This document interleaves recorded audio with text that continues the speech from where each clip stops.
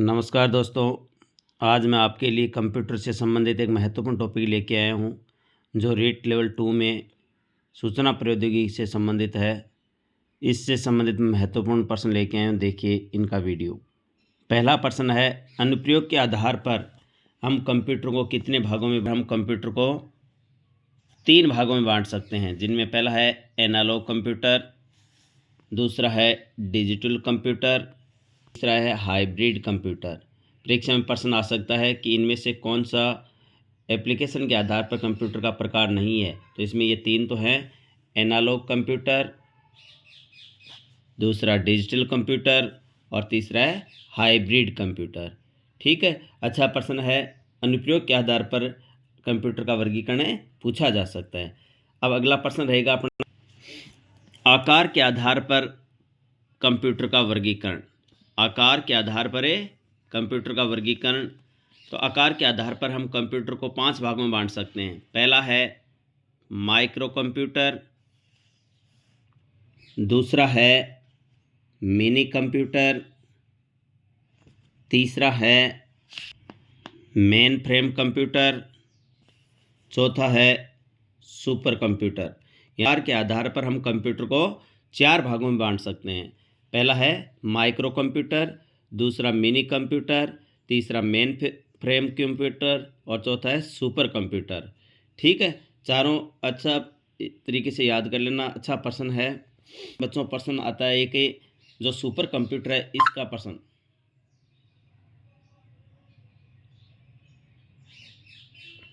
तो super computer है, इसमें है परम कंप्यूटर। ठीक है, सुपर कंप्यूटर का उदाहरण क्या है? परम कंप्यूटर। तो परम कंप्यूटर का उपयोग कहाँ होता है, ये देखिए आप। तो परम एक बहु उपयोगी सुपर कंप्यूटर है। इसका उपयोग मुख्यतः विस्तृत क्षेत्र में मौसम की भविष्यवाणी, औषधि क्षेत्र, डिजाइनिंग, आणविक मॉडल बनाने, सुदूर संवेदन, रोगों के इलाज आदि में इसका उपयोग किया जा रहा है। ठीक है, तो ये आपको याद करना है। परम का विकास भारतीय वैज्ञानिक और इंजीनियरों की क्षमता एवं निष्ठा का भी एक शानदार नमूना। अब बच्चों, मैं आपके लिए लेके आया हूँ कंप्यूटर की पीढ़ियों से संबंधित बात। तो यहाँ से भी प्रश्न आता है कि कंप्यूटर की कितनी पीढ़ियाँ हैं। तो कंप्यूटर की 5 पीढ़ियाँ बताई गई हैं। तो प्रथम पीढ़ी का कंप्यूटर है, उनका विकास 1942 से 1955 तक हुआ था। ठीक है, और यहाँ प्रश्न आ सकता है कि प्रथम पीढ़ी के कंप्यूटर में किसका उपयोग किया गया था। तो ये प्रश्न अच्छा प्रश्न है। तो इस पीढ़ी के कंप्यूटरों में वैक्यूम ट्यूब का उपयोग होता था। बहुत ही अच्छा प्रश्न है, यानी परीक्षा में ऐसे आ सकता है कि प्रथम पीढ़ी के कंप्यूटर में किसका उपयोग किया जाता था, या वैक्यूम ट्यूब का उपयोग किस पीढ़ी के कंप्यूटर में किया गया। तो इसका उत्तर होगा प्रथम पीढ़ी का कंप्यूटर, जिसका विकास 1942 से 1955 तक किया गया। ठीक है, अब अगला प्रश्न है, और इसके उदाहरण भी पूछे जा सकते हैं। प्रथम पीढ़ी के कंप्यूटर हैं तो इसके उदाहरण होंगे एनियाक और एडवेक। ठीक है, प्रथम पीढ़ी के 2 कंप्यूटर थे, यानी एक तो एनियाक और एक एडवेक। अब मैं बात कर रहा हूँ द्वितीय पीढ़ी के कंप्यूटरों की। तो द्वितीय पीढ़ी के जो कंप्यूटर हैं उनमें, यानी जो वैक्यूम ट्यूब है उनका स्थान किसने ले लिया था? ट्रांजिस्टरों ने ले लिया था। यानी द्वितीय पीढ़ी के कंप्यूटरों में ट्रांजिस्टर ने यानी काम में करना शुरू कर दिया था। यानी उसमें वैक्यूम ट्यूब की जगह ट्रांजिस्टर है, इनका उपयोग किया जाता था। और ट्रांजिस्टर क्या होते थे? ये अर्धचालक धातु से बने होते थे। किससे बने होते थे? अर्धचालक धातु से बने होते थे। ठीक है, और इससे कंप्यूटर की जो मेमोरी है उसमें सुधार हुआ। अब इससे अगला है जो तृतीय पीढ़ी के जो कंप्यूटर हैं उसमें आईसी है, आईसी चिप, उसका उपयोग होना शुरू हो गया था। इस पीढ़ी के कंप्यूटर में ट्रांजिस्टरों का स्थान एकीकृत परिपथ इंटीग्रेटेड सर्किट ने ले लिया और इसे आईसी कहा जाता है। ठीक है, और आईसी है, इसका आकार छोटा होता था, इसलिए कंप्यूटरों का आकार भी क्या हो गया? छोटा हो गया। तो आईसी का एक छोटा सा आयताकार चपटा टुकड़ा होता है जिसमें हजारों ट्रांजिस्टर तथा अन्य इलेक्ट्रॉनिक तत्व निहित होते हैं। ठीक है, और चतुर्थ पीढ़ी के जो कंप्यूटर हैं उसमें यानी आईसी की जगह यानी वीएलएसआई प्रयुक्त होना शुरू हो गया। इस पीढ़ी के कंप्यूटरों में बड़े पैमाने के एकीकृत परिपथ very large scale integrated circuit VLSI प्रयुक्त हुए। ठीक है, और इसमें ये क्या थे?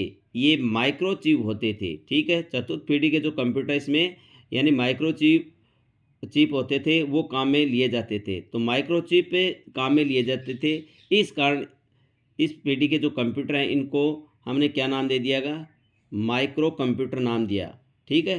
तो माइक्रो प्रोसेसर युक्त कंप्यूटर को ही माइक्रो कंप्यूटर कहा जाने लगा।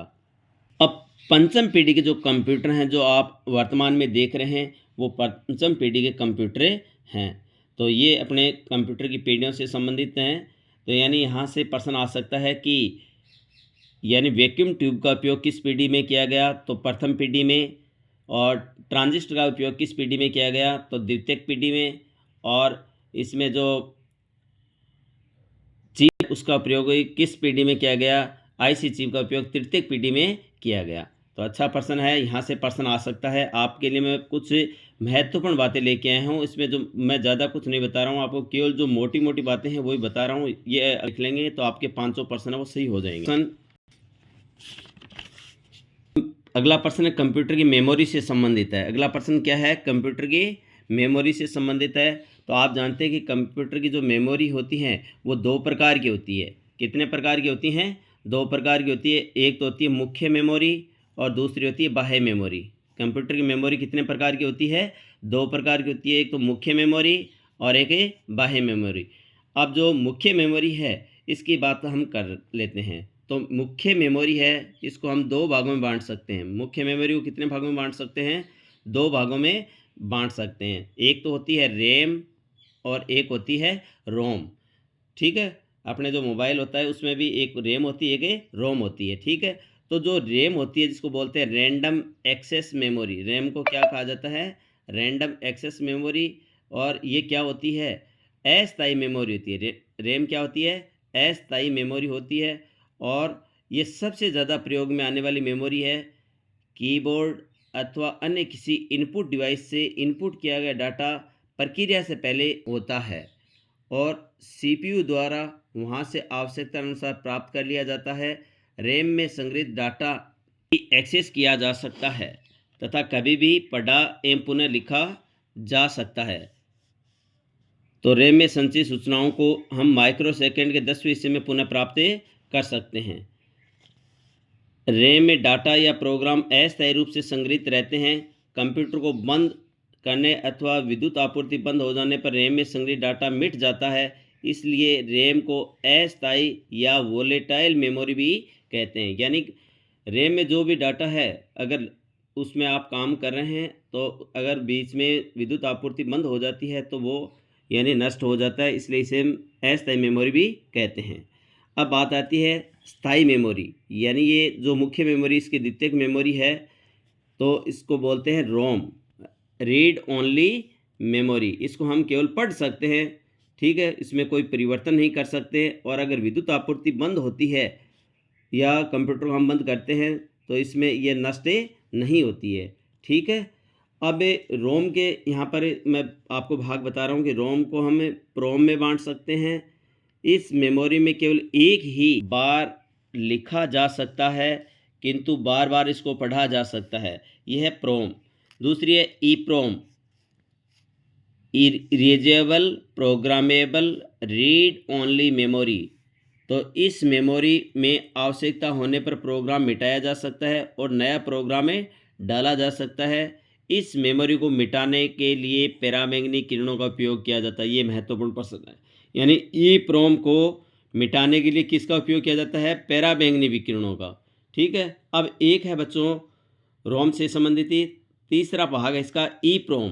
तो इसमें भी पूछा जा सकता है कि इसमें मिटाने के लिए किसका उपयोग किया जाता है, तो विद्युतीय तरंगों को उपयोग किया जाता है। तो ये थी यानी आंतरिक मेमोरी या मुख्य मेमोरी। दूसरी है बाह्य मेमोरी, ठीक है। तो बाह्य मेमोरी में क्या होता है, देखो बच्चों कि डाटा को स्थायी रूप से संग्रहित करने के लिए बाह्य मेमोरी की आवश्यकता होती है, द्वितीयक मेमोरी कहा जाता है। यह मेमोरी चुंबकीय अथवा प्रकाशीय होती है। इसमें संग्रहित डाटा हमेशा के लिए सुरक्षित रहता है, कंप्यूटर को बंद करने पर भी ये नष्ट नहीं होता है। और इसका उदाहरण है हार्ड डिस्क और फ्लॉपी डिस्क, मैग्नेटिक टेप। ये क्या है, बाह्य मेमोरी या द्वितीयक मेमोरी है, ठीक है बच्चों। तो यहाँ से प्रश्न आ सकता है कि ईप्रोम है, इसको मिटाने के लिए किसका उपयोग किया जाता है? तो पैरामैंगनी किरणों का। ठीक है। अब अगला प्रश्न है, यानी मेमोरी की जो इकाई है उससे संबंधित प्रश्न आइए। ये अच्छा प्रश्न है। तो इसमें मेमोरी की सबसे छोटी इकाई होती है वो बच्चों बिट होती है। सबसे छोटी इकाई क्या होती है? बिट होती है। और बिट के बाद में इससे बड़ी इकाई होती है वो बाइट होती है। क्या होती है? तो एक बाइट में 8 बिट होते हैं। एक बाइट में कितने बिट होते हैं? 8 बाइट होते हैं। ठीक है। और बिट और बाइट के बीच की एक इकाई और होती है जिसको बोलते हैं निबल। तो एक निबल में 4 बिट होते हैं, यानी निबल है वो बिट और बाइट के बीच की इकाई है। तो एक यानी निबल में 4 बिट होते हैं। अब बात करते हैं हम अपने जो एक कंप्यूटर होता है तो उसमें अपन उसकी जो मेमोरी है वो बताते हैं कि इसमें 1 KB, 1 GB, ये तो इस तरीके से 1 KB है, इसका मान होता है 1024 बाइट। 1 KB बराबर कितना होता है? 1024 बाइट। इसी तरीके से अब अगली बात करते हैं हम MB की। तो 1 मेगाबाइट बराबर कितना होगा? 1 मेगाबाइट बराबर 1024 KB या 1024 किलोबाइट। तो 1024 का 24 लिख देंगे और 1 किलोबाइट को हमें बाइट में बदलेंगे तो हो जाएगा 1024 बाइट। यानी 1 KB में 1024 बाइट होते हैं। तो 1 MB बराबर कितना हो गया? 1024 इंटू 1024 बाइट। इसी तरीके से हम बात करते हैं गीगाबाइट।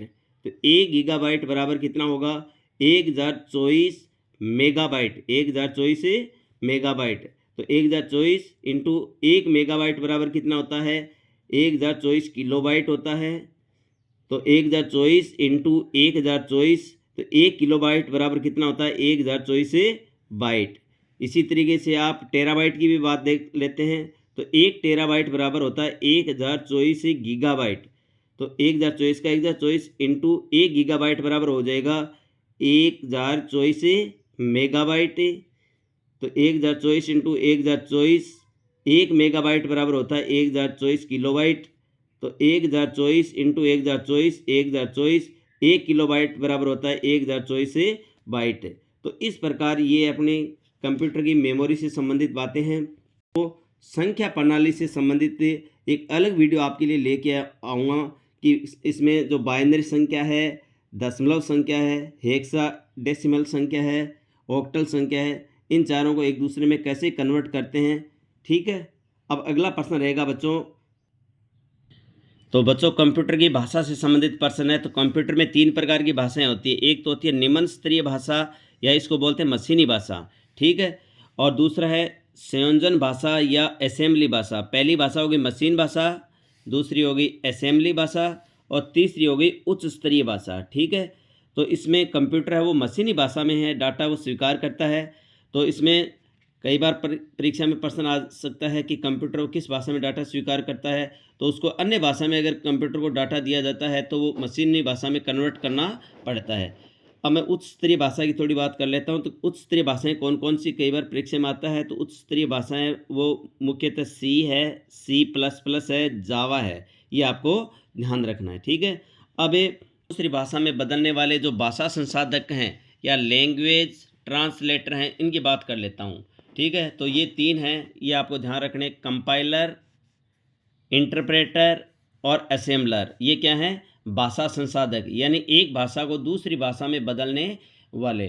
ठीक है। तो कंपाइलर क्या करता है? यह एक सिस्टम सॉफ्टवेयर है जिसका उपयोग उच्च स्तरीय प्रोग्रामिंग भाषा की मशीन भाषा को मशीन भाषा में परिवर्तित करने के लिए किया जाता है। यानी जिसका उपयोग उच्च स्तरीय प्रोग्रामिंग भाषा को मशीन भाषा में बदलने में इसका उपयोग किया जाता है। यानी उच्च स्तरीय प्रोग्रामिंग भाषा इसको मशीन भाषा में बदलने के लिए कंपाइलर का उपयोग किया जाता है। कंपाइलर पूरे प्रोग्राम को एक साथ कंपाइल करता है। अब आगे बात करता हूँ इंटरप्रेटर।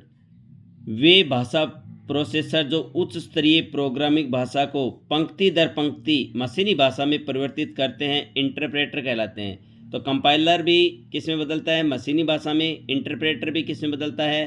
प्रोग्रामिंग भाषा को मशीनी भाषा में बदलता है। और असेंबलर भाषा में लिखे प्रोग्राम को मशीन भाषा में परिवर्तित करता है। ये एक सिस्टम सॉफ्टवेयर है।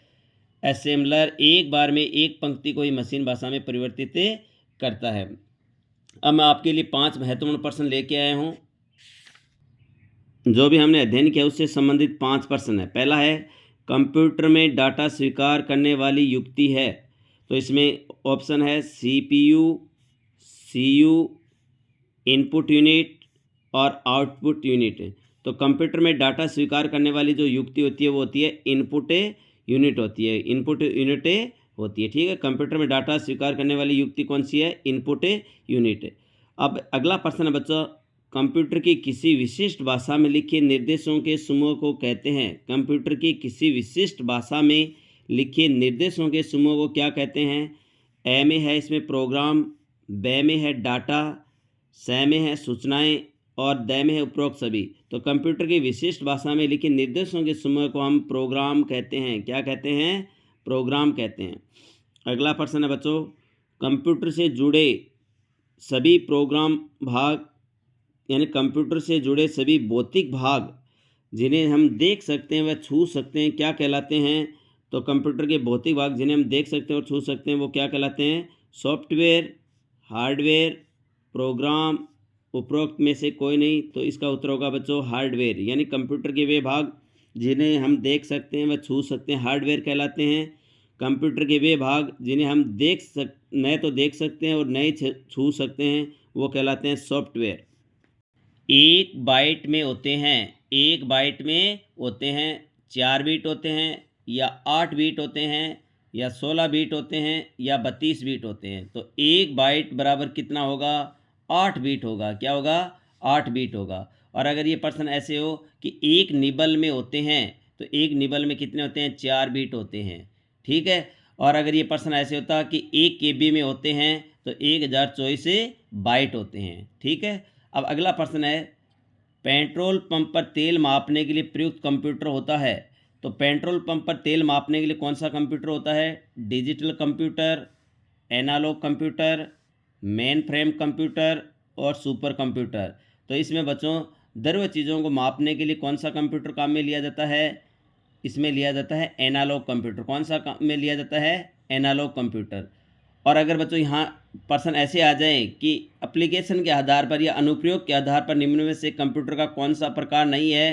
तो digital computer, analogue computer, mainframe computer और सुपर कंप्यूटर। ठीक है।